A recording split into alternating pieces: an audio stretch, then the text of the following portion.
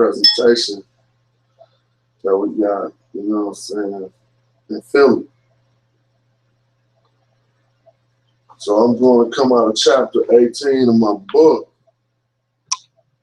Magi Handbook for the Conscious Community. We're going to talk about El Shaddai, the Mother Goddess. Magi Handbook for the Conscious Community. We're going to talk about El Shaddai, the Mother Goddess.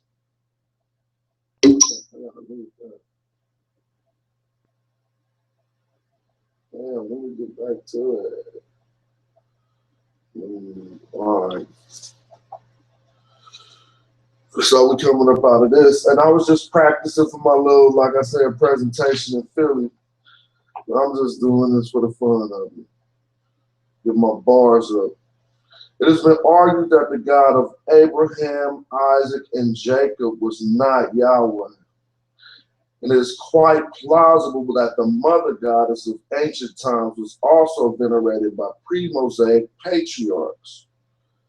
It appears the monotheistic presupposition of biblical translators allowed them to superimpose values on biblical texts by amalgamating deities, reducing the gods of the Bible worshipped by the patriarchs of pre-Mosaic times to Yahweh.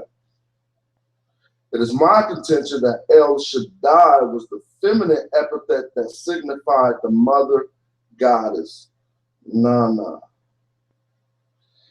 Harriet Lusky in Shaddai, a goddess epithet, Vetus Testamentum 48, this is 1998.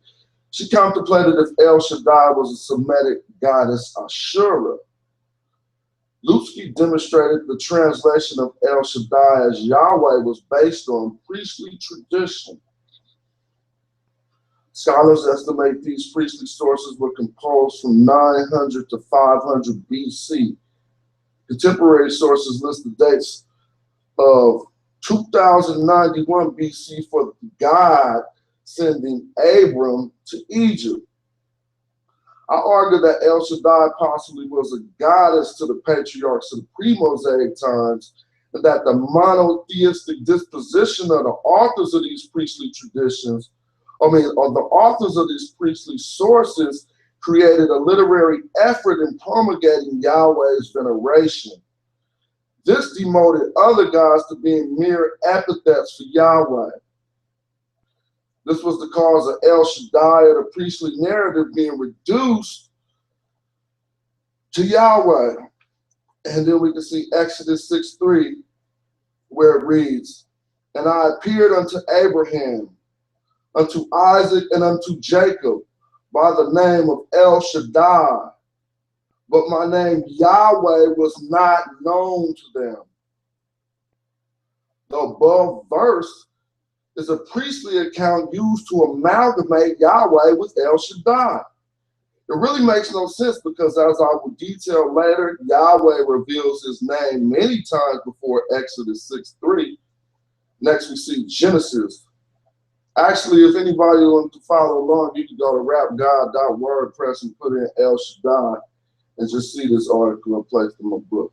But at Genesis 17:1, it says, "And when Abram was 99 years old and 9, the Lord appeared to Abram and said unto him, I am El Shaddai, walk before me, thou be perfect."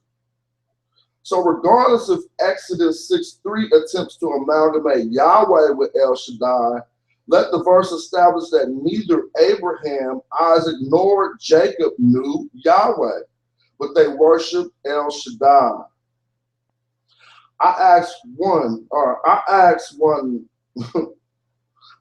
how can one identify a God other than by its name?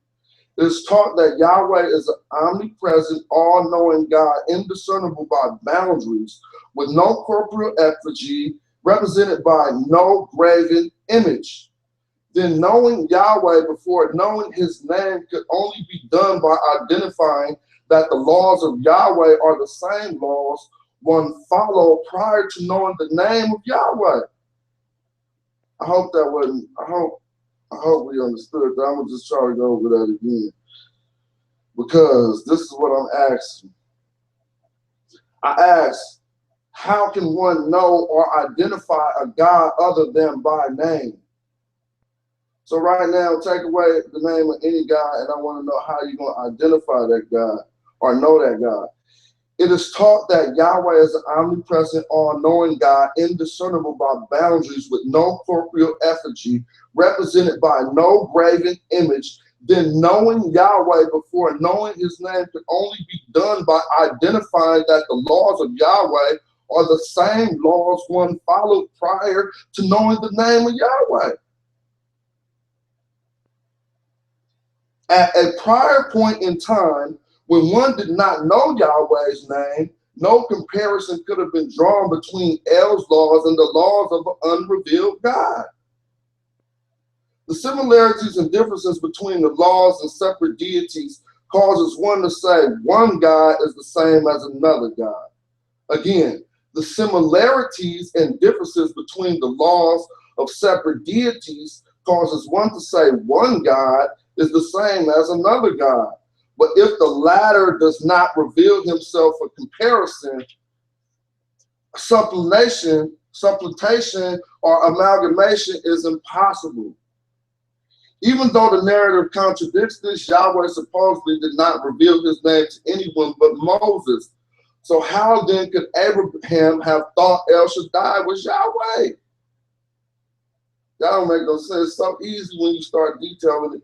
Contradictory accounts in Genesis 15:2, 15:7, 15:8, 18:14, 22:14, where Yahweh's name is called by other than Moses, do nothing but illustrate the conflict one will encounter when using the Bible as material to substantiate itself. Most extra-biblical sources show these were other names for Yahweh. Let me read that again. Most extra-biblical sources show these were not other names for Yahweh. In order to understand what I propose, one should refer to the documentary hypothesis. Like I said, I'm just practicing for my presentation at Black Bill in Philly. You know what I'm saying? But we already got that work. The presentation's already online. If you ain't got the book, that's the book, Magi, the Handbook for the Conscious Community. I just had to go live one time. Peace. Check it out. Wrap up.